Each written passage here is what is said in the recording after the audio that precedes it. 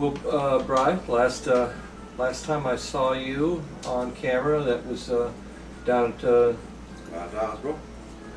Yep, that was a lot of fun.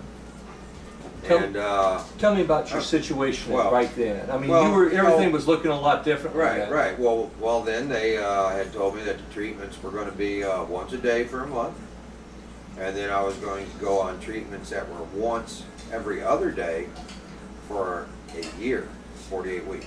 Now this is the Interferon. The Intron A, and basically the Intron A just robs you of every ounce of energy you have. Plus, it has really bad psychological effects on you. You really get to the point where you feel like just giving it all up. Yeah. So when you get to that point, you know inside yourself that you've done everything that you can with that, and went into the doctor's office and told her the problems I was having. The nurses noticed that I was really depressed looking and really sullen. You know, didn't have much to say to them. You know, but the doctor said, okay, we're going to pull you off of it for a week. And in that week's time, 7 days altogether, it took 4 days before I started feeling better. By the 7th day, I was starting to feel quite a bit better and had enough sense about me to know that I couldn't go on with them treatments. It affected my breathing. It affected my physical ability to even walk from my back door to the garden, which if you can't have a little bit of quality of life, then what's the sense in having quantity of it? You know, was my looking at it, and I'd heard some really positive things on homeopathic remedies, and that cannabis extract oil being one of them that was mentioned to me by a couple people, and managed to acquire some of that, and started using that twice a day, and using several other supplements from the nature store, you know, with they call it an Obi-Jawa tea. It's just an herbal extract that the Indians blend, and some just good juices and good eating, and using that oil every day.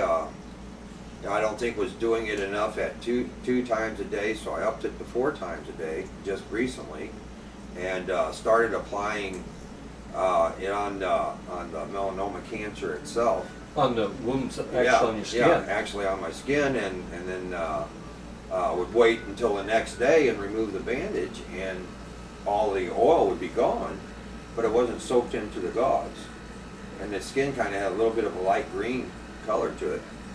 But I talked to my dermatologist about what I was doing, and she said at this point I don't think anything can hurt. So now this was actually on top of surgical wounds where they had removed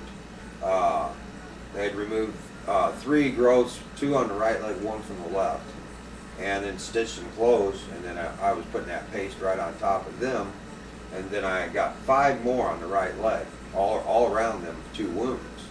And so I applied it to each one of them too.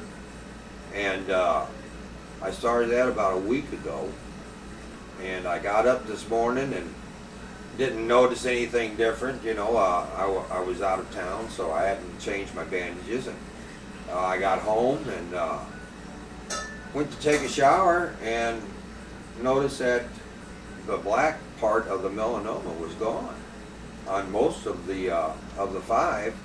On the other 2, they had like a blistered ring around the skin, and on the one, the melanoma spot itself was loose, so the wife took a pair of tweezers and just pulled it out. It was like a blackhead and with a little string on it. And the one that's highest up on my side, it wasn't quite as loose, so we left it to let it work out on its own. But it's just weird to me that after I guess it's been 7 days I've been applying it like that, 8 days, and the doctor seems to think that I'm in a late stage of melanoma, just because of how fast it's appearing on my body, on the skin. I commented earlier that your color seems to be remarkable. I mean, Right. you don't look like somebody who's on his way out. Right, and that's what the dermatologist keeps looking at me, and she'll shake my hand and say, you know, I hate to tell you this, but you know, it's gonna probably go to your liver or your stomach or your lungs or your heart next, because it's so aggressive on the skin. Well, in the past week, all this transpired, and I'm going, what the heck's going on? Is it a miracle happening, or am I just doing more than what I had been doing?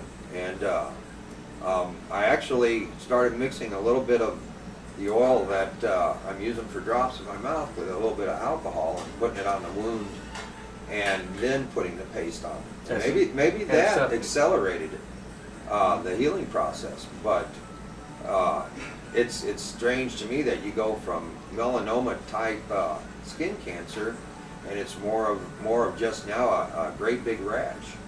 But it's I mean a blistering rash that actually uses a fluid. So it seems to me like it's getting rid of some toxins that are in the body. So like I said, I have energy. The only thing that really holds me back is the neuropathy that I've had from the first round of chemotherapy, and the Interferon A made that worse instead of making it better. And I'm on quite a few supplements a day to have a healthy life. You know what I mean? I'm not the type of guy that's going to be happy not being able to do nothing. So the supplements that I've taken, I think, have really done what they're supposed to do with your system, which is to supercharge it. And But you've been active. You're still fairly yeah, active? pretty much. I mean, I get my local gardening done. I mow the grass. I do some running to the stores. This past weekend, I went fishing with a buddy of mine for a day, which was excellent. I mean, we just had a great time together. And he's recovering from a lymphoma cancer, and we both just really enjoyed each other's company and had a great day. You know, what I'm curious about someone who's on pharmaceuticals, Yeah. in the same kind of position that you're But on. I don't. If they would be as active. I don't think as so, you. because I mean, first off, and this is the main thing with the painkiller, which they gave me morphine on my first round of chemotherapy. At one point, I was up to 90 milligrams a day. I was in so much pain. But it constipates you. It leaves you lying in bed. It takes away from you your own self-worth, because you can't do nothing. You know, you're in such a state that there's got to be something better for patients in this particular. And after checking out that website, phoenixtears.com, and talking with you about it, and being lucky enough to be able to get this oil, and trying it, I mean, I would recommend it to everybody that has a terminal illness, or really any medical reason that would have to do with neuropathy or muscle problems or spasms. I mean, it really has done a good job. The only the three pharmaceuticals I take still is one for my breathing, and Flexeril at night for my muscle pains that I do still have from the neuropathy, and one Xanax a night, just to help me sleep. But with me doing 4 doses a day, I might be able to drop the Xanax out. So, which I'm going to try to find out if I can. You know, one less pharmaceutical. Well, you sure are looking good, man. Yeah, I hope that continues. You continue. And we'll see what happens in the future. I mean, to me, this is like the third interview I've done with you, and it went from hopeful to a really negative situation in that hospital, and it taken everything out of me that you consider to have for quality of life, to now this. So, and without telephone conversations with you and you pointing me in the right directions, I don't think I'd be sitting right here today. So, just our hopes and prayers are with you, right? Thank you, man. I mean, All right. we're gonna get through this. Right.